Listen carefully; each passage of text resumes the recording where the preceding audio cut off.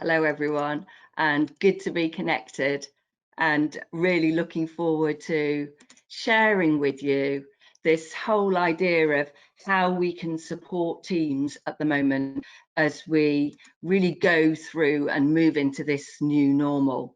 And what I want to talk about is how can we first of all understand what is going through people's minds during change, but then I'm going to look at three aspects. I'm going to look at why change is important and the importance of sharing the why with the team, how you're going to move forward with the team from a mind perspective, and also what you want the team to focus on so that everybody can emerge stronger. And the whole thing at the moment is we are in this crazy dynamic world, and for some teams you're probably thriving right now and you might be over busy in terms of what's going on in your business, and there are other teams where there's been lots of change. Some people might be on furlough, you might equally be working from home, some of you working in remote teams. So there's been a massive amount of change. And what I want to share with you today are some thoughts and ideas on how we manage this change easily, at speed, but also being quite flexible, because there's lots of talk of this new normal. I like to think of it as an agile normal. We are constantly going to be changing, and the frequency of change is important. And in this first webinar, I've chosen to speak about minds, because helping our teams' minds to change, I feel, is the starting point. Because if we think we can, and if we think we can't. And so whatever changes that you're facing right now and your team's facing right now, however uncertain it is, I think our minds are key. And you might feel that you're in a tumble dryer, or sort of you're riding the waves of the surf in your team, and it's thinking about how do we move together really strongly. And I think the reality of this is you'll have different team members feeling different things and having different thoughts in their mind right now. And many of us, it's easy to talk about a change curve, and you could look at a change curve from the perspective of the pandemic and how you and your team and your business are managing the changes. But it's not just one change. I think the reality is that for lots of teams, we're going through lots of change. So there's lots of different aspects all going on at the same time. So it's the frequency of change and the intensity of change. And some of you might be familiar with this, but when we look at change, we really look at different phases that people go through. So most of us right now will have gone beyond the shock stage of, oh my goodness, what's happening? Where are we going? What are we trying to do? And typically, as human beings, it's very natural for us to then go into this whole sort of aspect of denial, a little bit of maybe disbelief, looking for evidence that this really isn't true. Then, and many of you might be familiar with this because you could have already been through this phase, we get to that frustration phase. We're recognizing that it's not going to be the same, that there are so many things going on right now, and you could feel frustrated, you might feel angry, you might have team members feeling really angry or blaming. And I think the blaming sometimes it's easy to blame the business, the economy, the government, blame ourselves and think, well, why didn't I see this coming, or what else could I have done about it? And I think the thing is, we've just got to accept that it's a natural part of how, as human beings, we go through change, and as teams, we go through change. And some teams right now might have moved into that lower part of the curve where we're in that doubt and uncertainty. Everything's kicked off. It's quite confusing. And it's really normal to have a bit of a low mood, feel lacking in energy, feeling a bit depressed. And you might have team members that are a little bit like that right now. And I think the complexity of this is that we've got change going on at work, we've got change going on at home, our whole environment is shifting. And the key to managing people through change is understanding where they're at and which part of this is having an impact on them, and getting to acceptance, getting to start to experiment, to rationalize, to engage with the changes, whatever they are, and then getting to decision making, problem solving, and really helping the team look at how you see this in a positive way. What are the benefits of this? How can we use this to our advantage? And then really move into that whole integration place and actually feel like you can make a difference. And I'm going to ask Robin to put up a poll, because I'd be just quite curious to see, where do you feel most members of your teams are right now? So Robin, if you could launch the poll, that would be great. The poll's opening. So I know that there's lots of probably changes you're facing, but if you could just click one of these as to, in your team, are you in the denial still? Are you in frustration? Are people feeling that doubt and uncertainty? Or is it more about, are you getting to acceptance and wanting to experiment and rationalize? Or are you in the decision-making, problem solving? I've not put that very top one yet, because I think integration and then moving on is probably coming a little bit after everything that's going on. So I can't see everyone filling in, but Robin, if you just let me know when it's ready to publish, that would be great. Sharing the poll results. So I can see that a lot of you, and I can't see it that clearly, but there's a lot of you that are in that acceptance stage. And you've seen all the changes, you're aware of what's going on, and it's really starting to experiment and rationalize with how this is. But you may well have team members who are still in the doubt and confusion, or you might have some of you moving up into that decision making. And I think the key for this is being aware of, where are you, but also where are your team members and how can you best help. And as part of this, moving out of that curve, resilience is key. And resilience is a massive topic that I could spend a whole series of webinars on, but there's a lot more information on the Full Potential Group website and also the IGD website to support you on resilience. But helping your team be the best they can be as we're moving through this, and then starting to reimagine, for those of you that are already in this decision-making, problem solving, how you can reimagine the future with your team, and then really looking at how you can renew, how you can move forward so everybody's stronger. So this is a natural phase, and we move up and down it. And I think it's important to understand where you are, but where your team members are. But a key thing to really point out is that any change that we go through, understandably, there'll be probably members of your team that feel stressed, or you might be feeling stressed. And I think it's something that, if we're really aware of how our brain works, because I'm talking here about our minds through change, you'll be familiar with the brain. Now, the key thing to be understanding when we go through stress and changes, we lose access to some of our brain. Stress is the biggest enemy of the brain. And so when we are stressed, we don't think straight, and our team members don't necessarily think straight, because for most of us, we lose access to what we would say is the non-dominant side of the brain. So this is something really as a team leader to be aware of, but anybody working in a team. Stress stimulates production of inhibitors. So you might have heard of cortisol or adrenaline or noradrenaline, but these can inhibit the electrical transmission of the impulses between our brain cells. So what actually happens is the messages that get sent between our brain cells slow down, and we have less neural connections while we're stressed. So obviously building resilience in your team is a key to supporting that and minimizing it. But in reality, we're human beings, and we will have cortisol bouncing around our systems. So what I want to help you think about in this first part of the webinar is how you can boost your team's agile brain power. The little man here is Dr. Andre Vermeulen, who's a neuroscience of learning specialist who I've trained with. And we work a lot with teams on helping them become what we call neuroagile. And what we mean by neuroagility is that you are using all aspects of your brain as a fully integrated whole brain system, especially when you're under stress and change. And people who are really neuroagile and they're actively using all parts of their brain have the flexibility to learn new things, to adapt really quickly, to change their attitudes and behaviors and unlearn unhelpful behavior patterns so your team can move forward. So boosting this brain power is really key. Now, some of you may well be familiar with, we have two brain hemispheres. Now, most of us have one hemisphere that's more dominant than another. So when we're going through change, we might stimulate our left logical side first, and then the right kicks in, or we might stimulate the holistic right side first, and then the left kicks in. Now, depending on how flexibly you are, then it depends on the time lag between the left and the right hemisphere engaging. So I just want you to think about this for a minute, because this is all about you being able to work at speed more flexibly. So are you left or right brain dominant?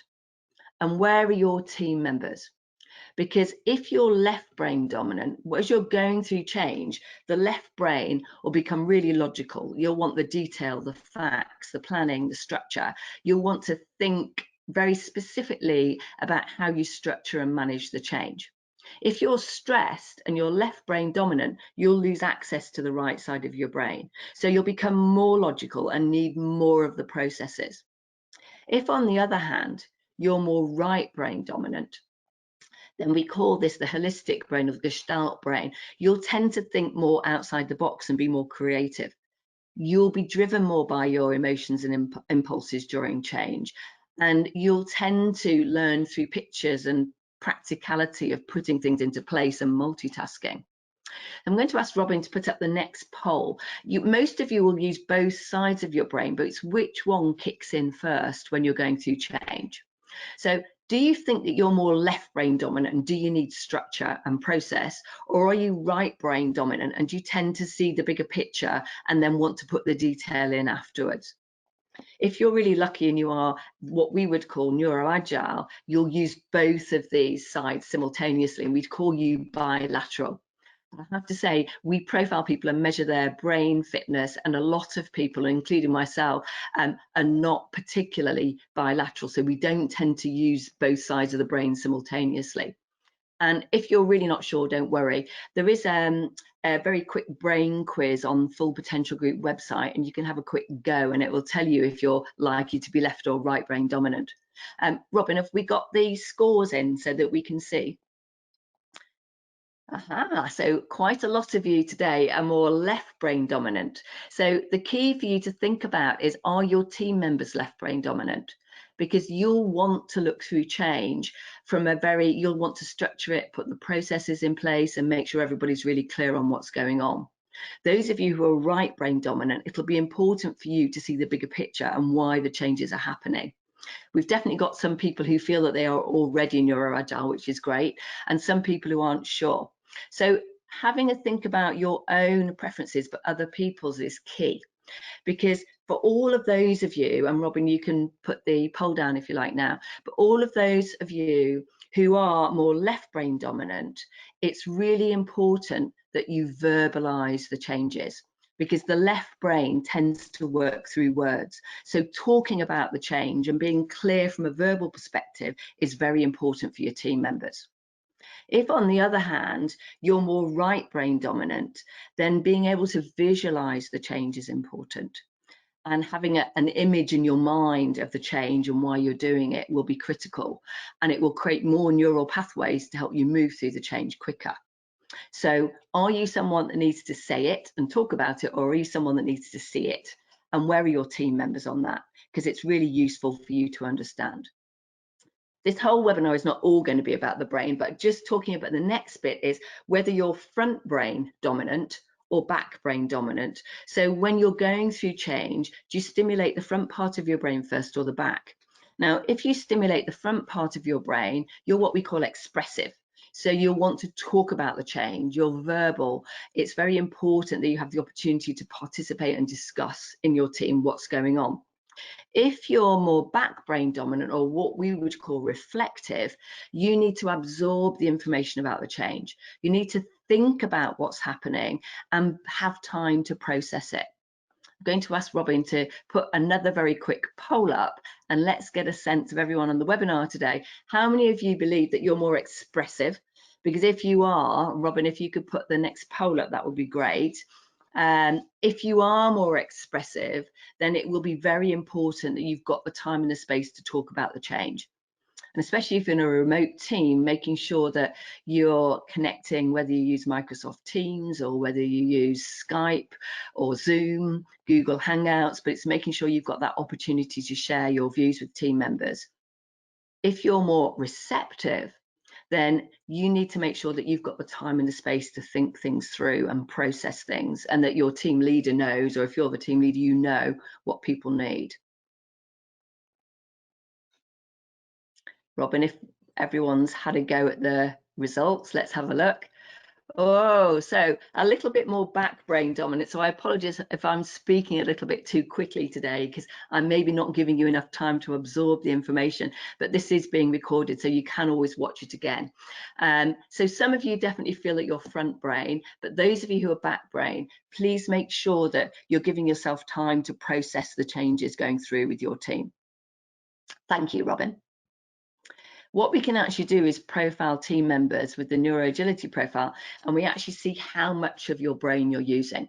Now, ideally, you'd want members of your team to be using as much of their brain power as possible, both front and back, left and right. And we also look at other aspects of the brain. So if you are interested in understanding your brain, but also how your team works, you'll get an overall percentage of how flexibly you're using your brain or how neuroagile you are. When I first did my brain profile about 3 years ago, I was horrified that my brain fitness was only 30%. And I thought, how can I teach this to people, and how can I work with my team if I'm so inflexible?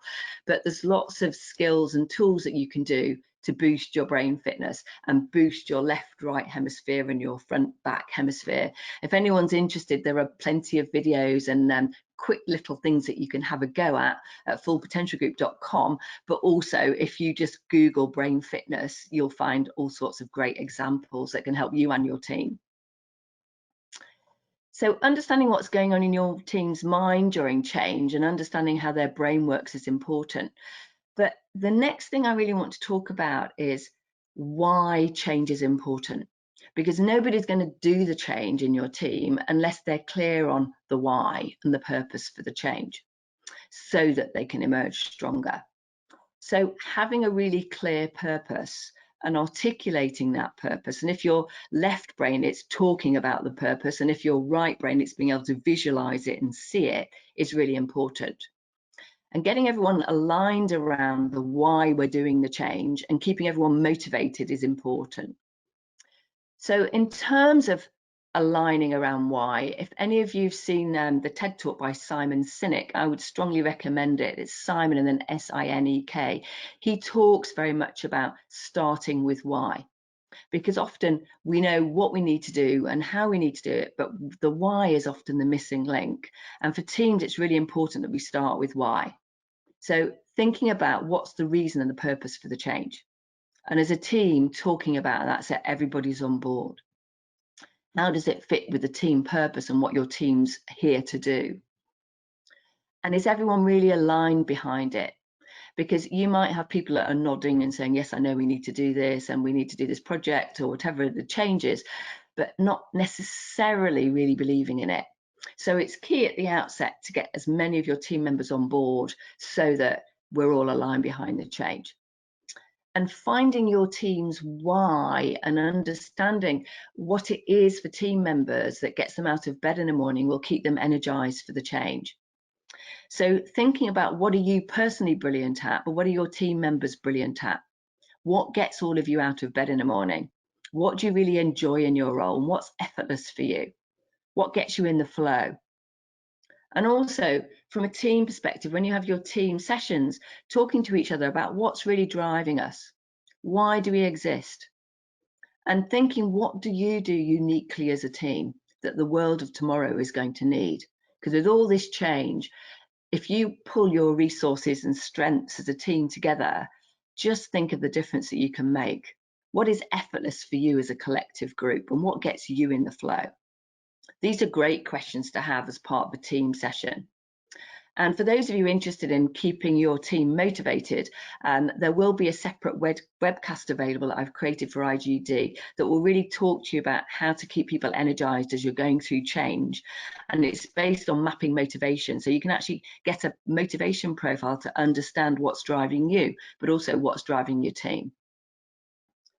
The next thing I want to think about is how, and rallying your team around the how to change. We've talked about the why being important, but next we get to the how. And one of the key elements I want to talk about on this webinar is the importance of having an agile attitude. With an agile attitude, I'm going to talk to you about the 4 Ps. 4 critical P's to really supporting your team to be agile with change and to manage change in the best way possible. And then about how you flex your style depending on where you are in that change curve. So an agile attitude, I think, is critical right now for every single person in a team. And the 4 P's that I want to introduce you to are these. The first one is positive. Now, I suppose you probably think, well, that's quite a natural thing that you would expect to think about, because the more positive the team is around change, the greater the energy you're all going to have, and the greater you're all going to move forward in an optimistic way. Positivity is key. And the more we think positive thoughts, the more we produce neurotransmitters in our brain, which actually help our brain connections. So positivity is fundamental to us being agile, being fleet of foot, and as a team being able to flex and adapt to what's going on. And it's supporting each other in that positivity that's really important. The second one is perspective. And that ability, I think of it as a bit like the helicopter view of being able to step outside and see the bigger perspective of the change that's going on, and then narrow right into the focus of what the team needs to do. And it's having that ability to zoom in and out as an individual and as every single team member, because if as team members you can flexibly stand outside and see the bigger picture and the more strategic reasons for the changes you're doing, and then go right in and specifically land on the priorities that are most important and move those forward, is a critical way of moving everybody together collectively. So thinking about how flexibly and how much of a zoom perspective have you got and your team got. The third one is pacing.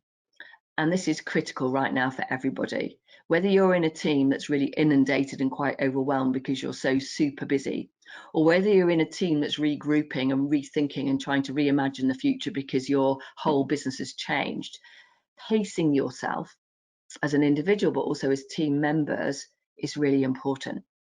You might have members of the team who work at a fast pace, and you might have other members of the team who can still get to the same end result, but their pace is slower. Now, on the follow-up webinar to this one, and in 2 weeks' time, I'm going to be talking about behaviours for change and looking at the different preferences and behaviours that people have around pacing. But for now, it's important for you to be aware of how agile are you in your pacing? Are you able to go faster, slower, and understand different team members so everyone is moving together, taking everybody with you, but honouring different people's paces? That is really important. And also being proactive. I think there's so many things that all of us could focus on right now. And the key for a team is being able to look at what is everybody's concerns and what are all the issues that we're surrounded by, but what can we influence as a team? And more importantly, not just what can we influence, but what can we control? So as a team, collectively agreeing the proactive things that you can take control of and actually move forward is critical. And I think there's quite a lot of time wasting going on and busyness in teams right now because everyone's crazily thinking of all the things that are going on, but it's actually hard to be pinned down what's under our control and what are the things that proactively we can do something about. So I'm going to ask Robin to put up the next poll, which is just to get a sense of these 4 aspects of agile attitude. Which of the elements, if you really improved it, would have biggest impact on your team? Is being positive really important? Or is that zooming in and out and having that agile perspective important? Or is it about pacing and the agility to shift the pace as the team moves forward with what you're working on? Or is it that tendency to be able to be more proactive, to let go of the things that are outside of your control and to focus on the things that are most important? I know for some of you, it'll probably be a combination of these things, but I'm just quite curious if there was one that would make the biggest difference if you improved it, which would it be? Aha. Now, this is really interesting because I ran this with the team yesterday and the results are quite similar to these results. When I was planning this webinar, I actually thought the positivity one was going to be the highest score, and I was totally wrong on that. So being proactive is definitely your highest score. So focusing on the things that you can take control of as a team is critical. And I do know right now that a lot of us, and I'd include myself in it, we can be busy fools, focusing on all the different concerns and all the different aspects, but not actually being able to be as proactive as we could. At the very end of this session, I am going to talk about that in a bit more detail because I do think it's really important. But also having that Zoom perspective is coming in as the second one. So hopefully this is going to give you a few thoughts and ideas of what does this actually mean for you? And if you have put proactivity, what are the things that as a team you need to be more proactive about? Maybe after this webinar, have some conversations with your team members about those specific things.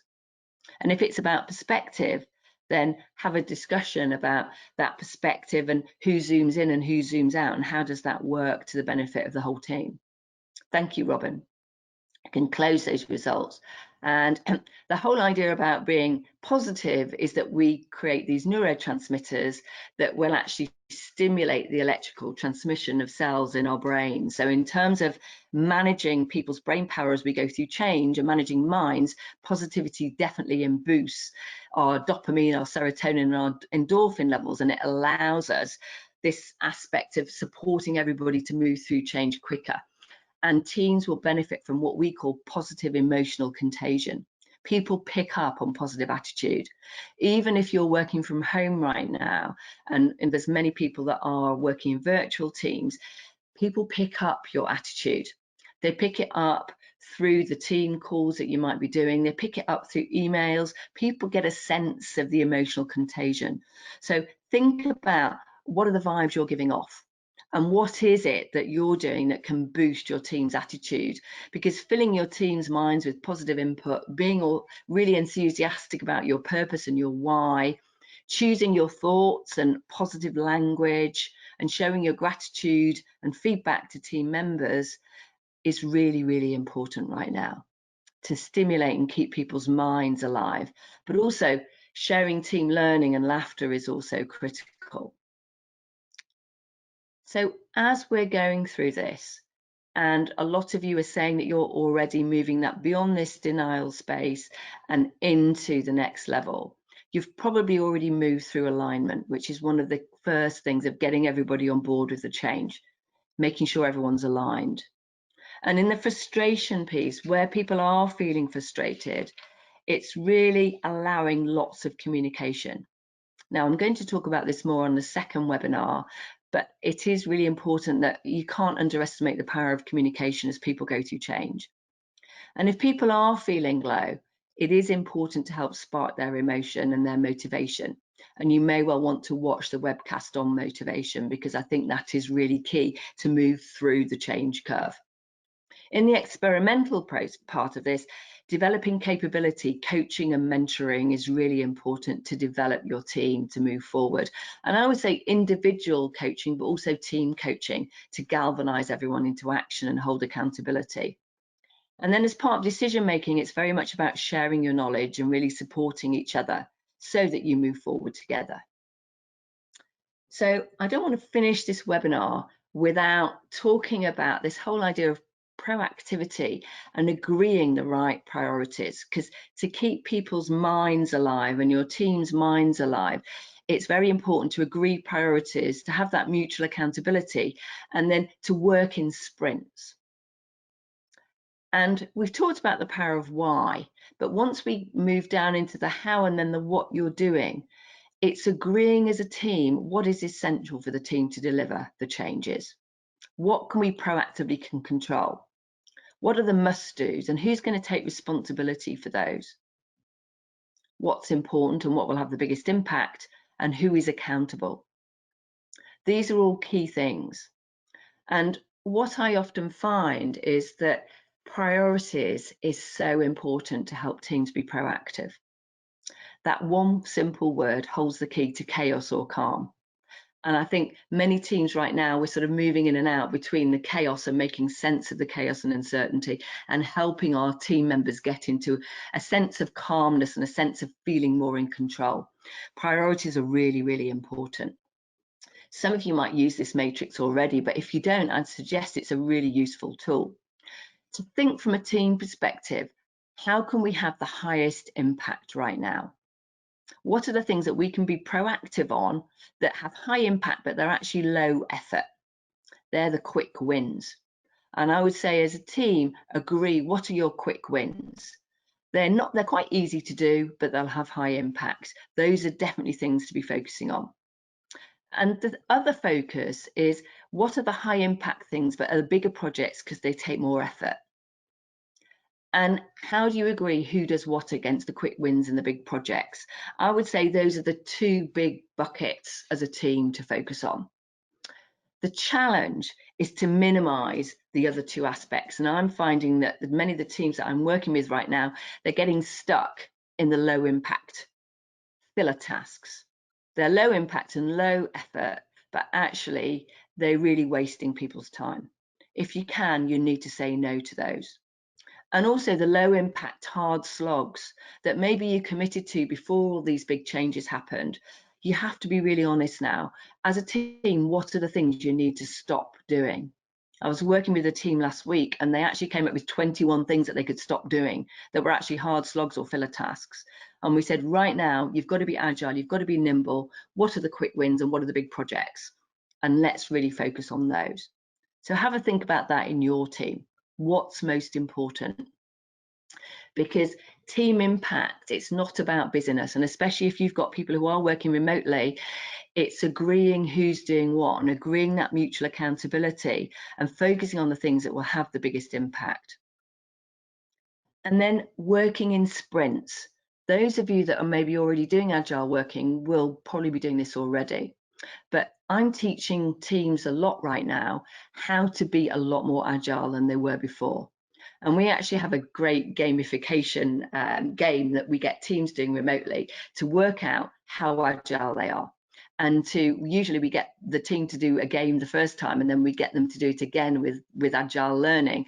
And most teams can boost their performance and their productivity and get results quicker, between 30 to 50% improvement. And one of the key elements of this is working in sprints. And what we mean by a sprint is typically it's agreeing projects and working in 30-day bursts. So agreeing as a team, what are we doing in the next 30 days? What are the key outputs? Who's doing what? Who are we holding accountable for what? And making sure that you're touching base daily, weekly. You've got your one-to-one touch points, but you've also got your team touch points. Agreeing the first month, checking in, and then looking at your next month and moving forward. But working really in an agile way with sprints is key. So as we end this webinar, and I'm going to open up for questions in a minute, what are the biggest opportunities facing your team right now? Be honest about those. Which are the things that are going to have the biggest impact? The quick wins and those big projects. But also be honest about your biggest challenges and what's going to stop you. And especially if you're working remotely and some of you are working from home, how might that hold you back? And if you discuss it, how can you use it as an opportunity right now? And what are you agreeing to do? How can you hold each other mutually accountable? And how can you support each other? The research is showing that team members are actually bonding a lot more now over the crisis, and there's a lot more mutual support going on. So how are you doing that as a team? What do you need personally, and what can you give your team members? So this has been rapid fire, but in summary, what I'd like you to think about as we leave the webinar, as we open up for questions, is how agile is your brain power, and what's your team brain power like? Are people left or right brain dominant, front or back brain dominant, and how agile are they using their brains? Because right now, more than ever, we need to flex, we need to be nimble. Make sure that all the changes you're doing, the whole team is aligned around why. Talk about the why, articulate the why, visualize the why, because that will keep the team going when the going gets tough. Remember those 4 Ps of Agile Attitude: positivity, perspective, pace, and proactivity. Now, you know what you put on that poll, so think about which is the one that will boost your team performance most and what can you do about it. And remember that different team members will go through that curve in different stages, but flex your style in terms of what's needed to support your team as you go through those change curves that are just going to come thick and fast as we all navigate the future. And remember the value of prioritization so that you can be proactive. And if you can, and if it works for you, work your team in sprints.